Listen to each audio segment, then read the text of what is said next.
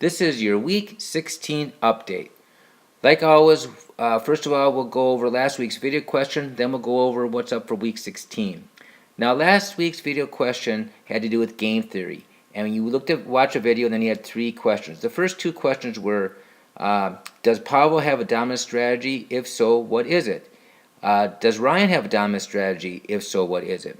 Now, most of you got it right, saying that they both had a dominant strategy to confess, but you sort of got your rationale, some of you got your rationale incorrect. The key is the reason that they had a dominant strategy to confess is because no matter what the other person did, they were better off to confess. So let's look at Pavel first. If Ryan did not confess, Pavel can either not confess or confess. If he does not confess, he gets 3 years, and if he confesses, he gets 2 years. So Pavel is better off in this situation to do what? To confess. Well, so if Ryan does not confess, Pavel is better to confess. What happens if Ryan confesses?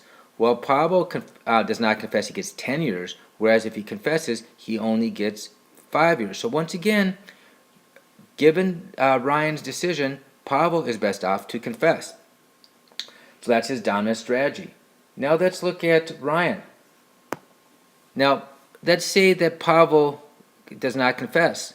Well, then Ryan can either not confess or confess. If he does not confess, he gets 3 years, but he only gets 2 years if he confesses. So Ryan is best off to confess. So if Pavel does not confess, Ryan should confess.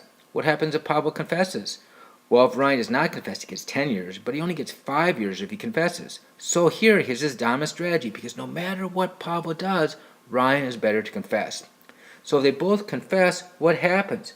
Well, they end up in this this quadrant here, and that's the third question. If both Pavel and Ryan are rational, what is the length of their prison terms? Well, as we stated in the chapter, a rational individual behavior leads to an inefficient result for all involved. Because both Ryan and Pavel were rational and confessed, they both got 5 years instead of 3 years. I hope that makes sense. All right, well, let's look at what's up for Week 16. Your Week 16 homework assignment, quiz, and video question are all due Sunday, December 15 at 11 p.m. All right, email me if you have any questions. Thank you, and have a good day.